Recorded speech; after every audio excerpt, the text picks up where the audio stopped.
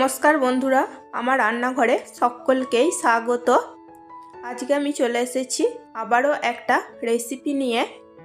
আমরা ফুলকপি ডাঁটা ফেলে দিই, এই ফুলকপি ডাঁটা ফেলে না দিয়ে একটা খুব সুন্দর রেসিপি বানানো যায় এবং ফুলকপি ডাঁটার এই রেসিপিটাও খেতে খুবই ভালো হয়।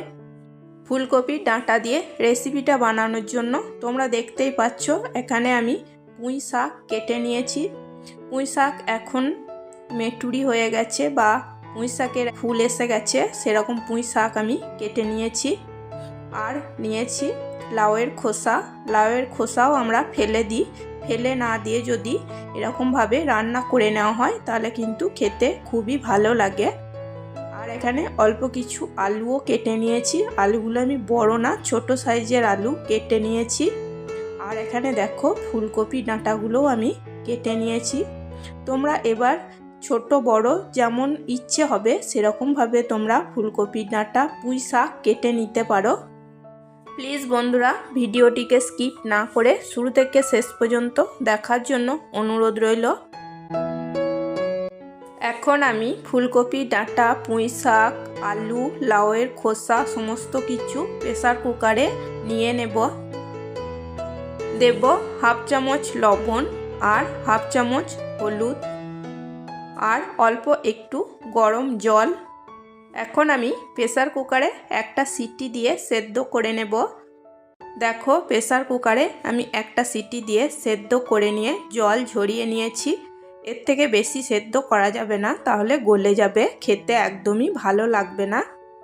আর এখানে আমি 1 চামচ কালো সর্ষে আর 4টে কাঁচা লঙ্কা আমি বেটে নিয়েছি। ওভেনে আমি একটা কড়াই বসিয়ে দিয়েছি। কড়াইতে দিয়েছি সর্ষের তেল।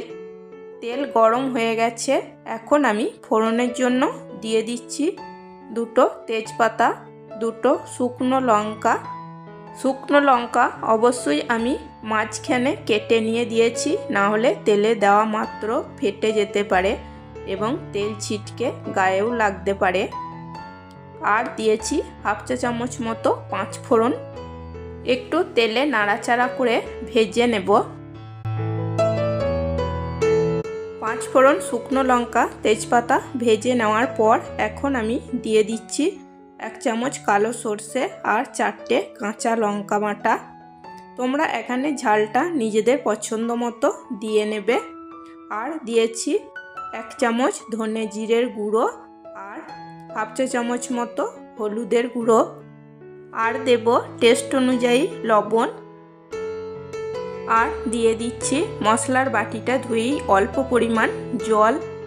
এখন আমি মশলাটাকে খুব ভালো করে মিডিয়াম টু লো ফ্লেমে কষিয়ে নেব। দেখো বন্ধুরা, মশলাটা আমি খুব ভালো করে কষিয়ে নিয়েছি। মশলা থেকে তেল সেপারেট হতে শুরু করেছে। এখন আমি ফুলকপি ডাঁটা পুঁই শাক লাউয়ের খোসা আলু দিয়ে দিলাম।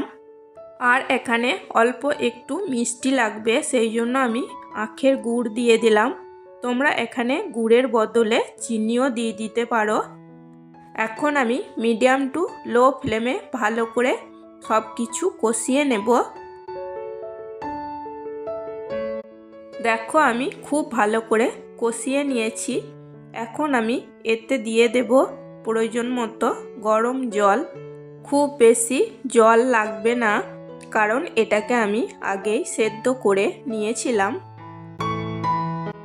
জল দিয়ে নাড়াচাড়া করে সব কিছু ঝোলের মধ্যে ভালো করে ডুবিয়ে দেব এবং মিডিয়াম টু লো ফ্লেমে ঢাকা দিয়ে কিছুক্ষণ রান্না করে নেব।